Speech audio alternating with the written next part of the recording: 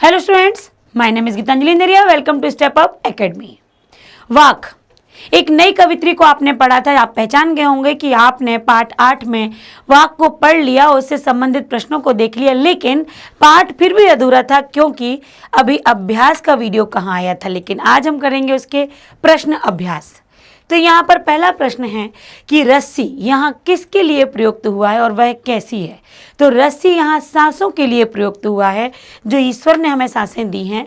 तो सांस या प्राण के लिए हुआ है, जिसके सहारे शरीर रूपी नाव को जो खींच रही है वह रस्सी अत्यंत ही कमजोर है, कोमल है, कब टूट जाए कुछ भी पता नहीं। तो रस्सी यहाँ प्राण सांस के लिए बोला गया है। अगला है, कवित्री द्वारा मुक्ति के लिए किए जाने वाले प्रयास व्यर्थ क्यों हो रहे हैं? क्योंकि सांसारिक भोग विलासों में लिप्त होकर कुछ ना कुछ ईश्वर को प्राप्त करने में कमी रह रही है। कवित्री लोभ, मोह, माया आदि से मुक्त नहीं हो पाई है। वह कोरी प्रभु के भक्ति के सहारे भव सागर से पार होना चाहती है। उसकी सांसों की डोर अत्यंत कमजोर है, इसलिए उसके द्वारा मुक्ति के लिए किए गए प्रयास कहीं ना कहीं विफल हो रहे हैं। अगला प्रश्न है, कवित्री का घर जाने की चाह से क्या तात्पर्य? घर जाना अर्थात ईश्वर में समा जाना, प्रभु की शरण में जाना। भवसागर से मुक्ति पाकर ईश्वर की शरण में जाना ही घर जाने की चाह है। परमात्मा की शरण को ही अपना वास्तविक घर मानती है कवित्री। जेव टटोली कोड़ी न पाई, अर्थात जीवन के अंतिम क्षणों में जब देखा कि ईश्वर को क्या मोह दिखाएंगे, क्या उनको देंगे, तो कोई भी सत्कर्म हमने नहीं किया। और उसी को कहा गया है कि जब अपनी जेब टटोली, अर्थात जब अपने पिछले जीवन को देखा, मृत्यु सैया पर होने के बाद जब जीवन की तरफ मुख करके देखा तो देखा कि जीवन तो सांसारिक भोग विलासों में लिप्त रहा, कोई सत्कर्म हमने नहीं किए, कुछ भी जमा पूंजी हमारे पास नहीं है। यह भाव है कि कवित्री ने अपना जीवन सांसारिक विषयों में फंसकर गवा दिया। उसने जीवन के अंतिम समय में अपने जीवन का लेखा जोखा देखा तो उस भक्ति के फलस्वरूप प्रभु को देने के लिए अपना जेब खाली पाया। कोई भी सत्कर्म की पूंजी उनके पास नहीं थी। खा खा कर कुछ पाएगा नहीं, ना खाकर बनेगा अहंकारी। यहाँ कवित्री का कहना है कि सांसारिक भोग विलासों में लिप्त रहोगे तो कुछ भी प्राप्त नहीं होगा, ईश्वर की प्राप्ति नहीं होगी। और यदि आप त्याग और तपस्या करोगे तो आपके अंदर घमंड उत्पन्न होगा। तो ना तो आप सांसारिक भोगों में पूर्णता लिप्त रहो और ना ही उसे पूर्णता त्याग कर घमंड पैदा करो। इसके लिए मध्यम मार्ग को ही अपनाने की सलाह दी है। बंद द्वार की साकल खोलने के लिए ललद्दत ने क्या उपाय सुझाया है, अथवा ललद्दत के अनुसार बंद द्वार की साकल कैसे खुलती है? तो बंद द्वार की जो साकल है उसको खोलने के लिए उन्होंने सुझाव दिए हैं कि मनुष्य को सांसारिक विषयों में ना अधिक लिप्त रहना चाहिए और ना इससे विमुख हो जाना चाहिए। बीच का रास्ता अपनाना ही बुद्धिमत्ता है। संयम पूर्ण जीवन ही जीना चाहिए। मनुष्य को सभी प्राणियों को समान दृष्टि से देखना चाहिए। प्रभु की सच्ची भक्ति करनी चाहिए। तो मध्यम मार्ग अपनाइए, सभी जीवों के प्रति समान दृष्टि रखिए और ईश्वर की भक्ति कीजिए।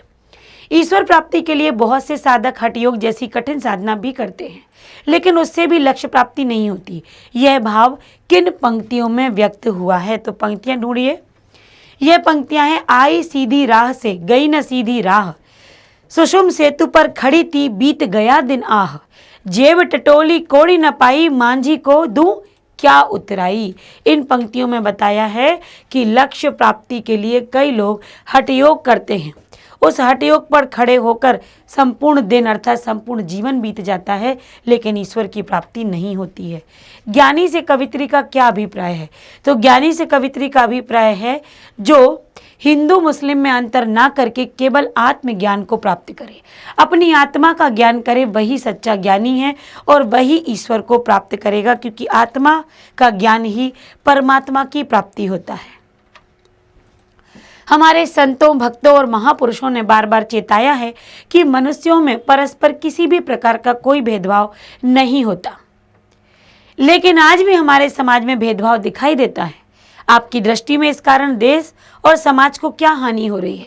देश और समाज दोनों को ही हानि हो रही है, क्योंकि यदि हम आपस में ही भेदभाव करेंगे, आपस में ही धर्म को लेकर टकराव करेंगे तो देश में अशांति फैलेगी, समाज में अशांति फैलेगी, ऊंच नीच का भेदभाव होगा, मन मुटाव होंगे और दंगे भी होंगे। समाज कई भागों में बंट जाएगा। समाज का बंटवारा हो गया है। एक आज के समय में एक वर्ग दूसरे वर्ग के बीच अकारण ही मतभेद किए हुए है। भेदभाव के कारण समाज का उच्च वर्ग निम्न वर्ग को हीन दृष्टि से देखता है। त्योहारों के अवसर पर अनायास झगड़े हो जाते हैं। आपसी भेदभाव के कारण एक वर्ग दूसरे वर्ग को अविश्वास की दृष्टि से देखता है।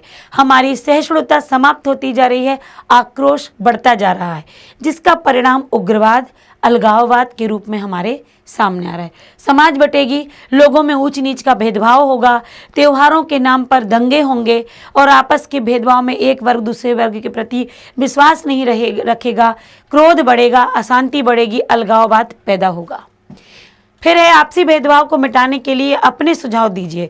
तो आपसी भेदभाव को मिटाने के लिए सुझाव है कि सभी लोगों को, चाहे वे किसी भी जाति धर्म संप्रदाय के क्यों ना हो, सभी के जाति सूचक जो शब्द हैं उनको लिखना बंद कर देना चाहिए। अंतर जातीय विवाह को बढ़ावा देने के लिए सरकार को आगे आना चाहिए। पाठ्यक्रम में समानता को बढ़ाने वाले और जातीयता को बढ़ावा न देने वाले कुछ पाठों को सम्मिलित करना चाहिए।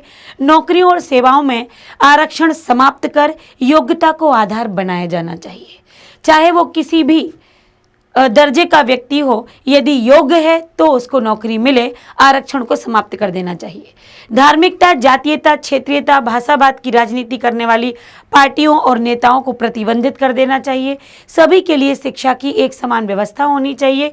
युवा पीढ़ी के मन में ऊंच नीच का भेदभाव नहीं होना चाहिए।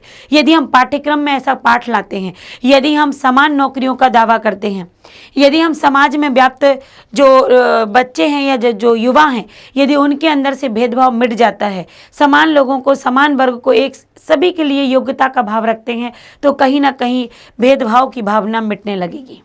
तो यहाँ पर पाठ ने हमें सिखाया, यहाँ पर कवित्री ने कबीर के रास्ते पर चलते हुए बताया है कि पाखंड रूढ़िवादियों से दूर रहो, धर्म के आडंबर को मत देखो, आत्मा का ज्ञान करो, भेदभाव को समाप्त करो। ईश्वर एक है, स्वयं को देख लिया तो समझिए, आत्मा को देख लिया तो समझिए कि परमात्मा की प्राप्ति निश्चित है। नहीं तो बनाए हुए घड़े कच्चे ही रहेंगे, पानी गिरता रहेगा, ईश्वर की प्राप्ति नहीं होगी। अर्थात भोग विलास में लिप्त रहोगे, भेदभाव में डटे रहोगे, लड़ाई झगड़ों में लिप्त रहोगे तो ईश्वर मिलने वाला नहीं है। और ईश्वर ईश्वर की प्राप्ति का एकमात्र साधन आत्मा का ज्ञान है। अब आत्मा का ज्ञान हम बच्चे नहीं कर सकते, पर अपने आप को अंदर से समझ सकते हैं कि हम कितने गलत और कितने सही हैं। तो बच्चों की यदि हम उसमें जाके देखें उस दर्जे पर, तो अपने आप में ये देखो कि कहीं हम कुछ गलत तो नहीं कर रहे जो हमारे खुद के धर्म अर्थात सिद्धांतों के खिलाफ है या आपको दिए गए संस्कारों के खिलाफ है। तो आपके लिए यही पाठ शिक्षा देता है कि अपने धर्म और अपने संस्कारों पर कायम रहना चाहिए। तो यहाँ पर पाठ समाप्त हुआ। अगला वीडियो लेकर आऊंगी अगले पाठ के साथ। Thank you so much.